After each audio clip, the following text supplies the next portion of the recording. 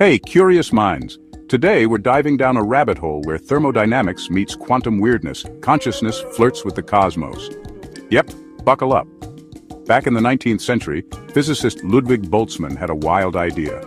In a universe ruled by entropy, where everything trends toward disorder, tiny islands of order might occasionally pop up due to random fluctuations. Now here's the kicker. Statistically, it's way more likely for a single brain to pop into existence than an entire low-entropy universe like ours.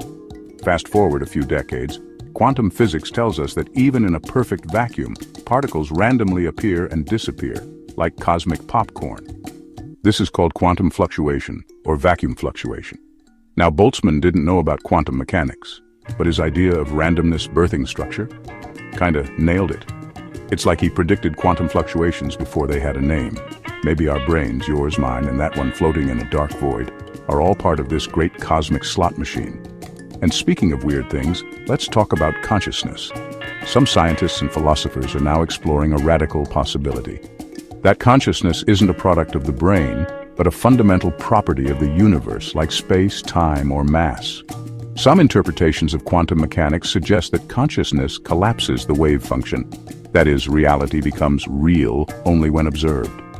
Which begs the question, if consciousness is fundamental, not just an emergent property of brain goo, then who's to say we're the only observers in this universe?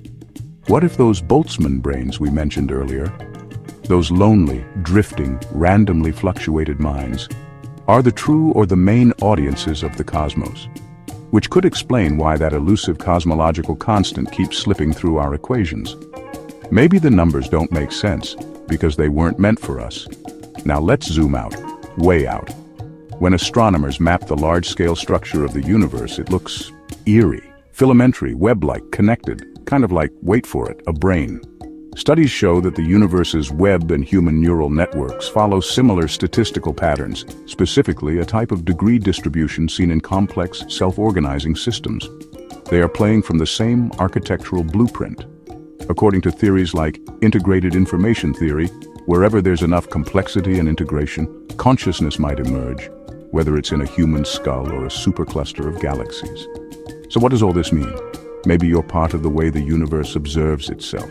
Maybe consciousness shapes reality, not the other way around. Maybe the universe is one giant tangled thinking thing, and we are its neurons blinking in and out of awareness. Either way, one thing's for sure. The more we try to understand the universe, the more it starts to look suspiciously like it's trying to understand us, or worse, like it already did. See you next time.